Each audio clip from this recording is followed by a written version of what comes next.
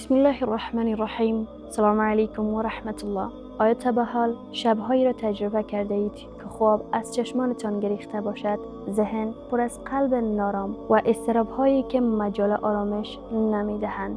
در این لحظه ها چه چیزی می‌تواند جان را آرام کند و ذهن را خاموش؟ خداوند راه را به ساده ترین و آرامش بخش ترین شیوه معرفی کرده است: ذکر و یاد الله متعال. مطالب علمی نشان دادند که تکرار جملات آرامش بخش مانند اذکار ضربات قلب را کاهش می دهد. ذکر گفتن ذهن را از افکار پریشان پاک می سازد. بدن در اثر ذکر وارد فاز آرام می شود، درست مانند مدیتیشن. مثلا گفتن ذکر سبحان الله قبل از خواب ذهن را از اضطراب تخلیه می کند. الا بذکر الله تطمئن القلوب. سوره رعد آیت 28. آگاه باشید تنها با یاد خدا دلها آرام میگیرد.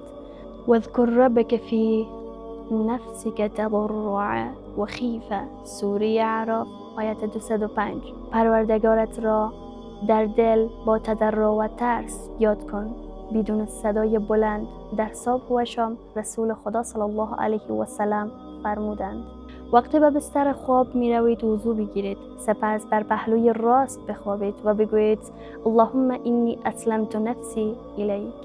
حدیث صحیح بخاری.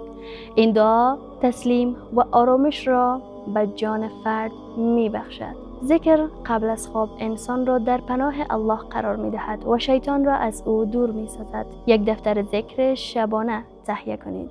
هر شب پیش از خواب چند دقیقه ذکر بگویید، مثلا سبحان الله، الحمدلله، الله اکبر. در تاریکی شب به جای مرور افکار منفی خود را با نور ذکر تسکین دهید. پس بدان ای خواهرم، اگر می‌خواهی شب را با آرامش و روز را با توانایی آغاز کنی، یاد خدا را در لحظه‌های قبل از خواب فراموش نکن.